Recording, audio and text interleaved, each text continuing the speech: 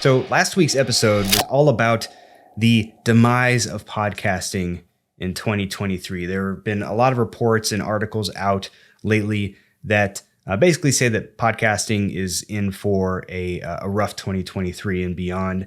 Right now, one of the reports that is going around is that there was an 80% drop in new podcasts launched between 2020 and 2022. So in 2020, there were over 1 million new podcasts launched. In 2022, there's only 219,000 or so. If you go search 80% drop in new podcasts in Google, you'll see reports from PC Mag, Neiman Lab, The Verge, and some others. And on the surface, that headline looks pretty daunting.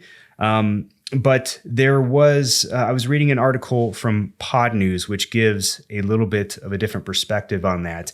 And I wanted to talk about it a little bit as, again, kind of a rebuttal to last week's negativity towards the podcasting industry, and hopefully give a little hope to anyone that's a little concerned about what's happening in podcasting at the moment. So how I understood the article comes down to this. It really, it has a lot to do with Anchor.fm. Anchor.fm is an audio podcast hosting platform. It's a free platform. It's what this podcast, the audio version, is hosted on. It's owned by Spotify.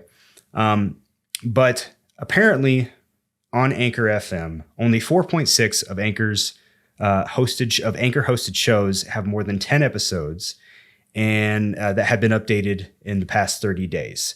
So in other words, there's a lot of content on Anchor that is just dead content. A lot of dead shows with no episodes, but a lot of shows sitting there with nothing to listen to, right? So what happened, I guess, in 2021? Remember, the big drop came between 2020 and 2022. So what happened in 2021, apparently, is that Anchor stopped auto-submitting new podcasts to Apple Podcasts. Right. So when that happened, all of these kind of podcasts that popped up that nobody really did anything with started being reported to Apple Podcasts. And therefore, basically, because they were no longer being auto-submitted, it skewed the numbers artificially lower and made it seem like there was this massive drop in all these podcasts being created.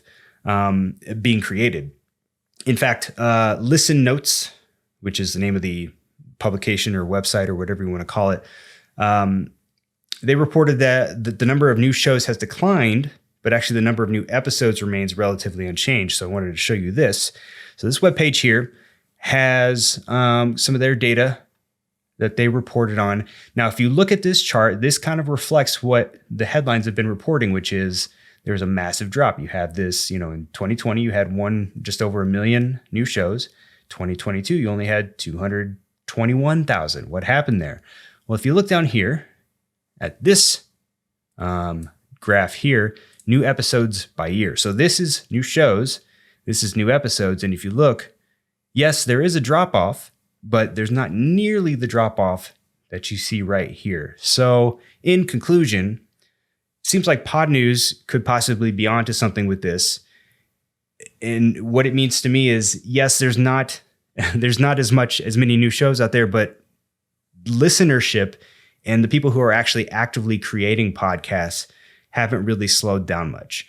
I think it makes sense to see a little bit of a drop in new episodes, just given kind of the pandemic, sort of slowing down and people getting back to normal lives prior to the pandemic and probably focusing less on making new podcasts.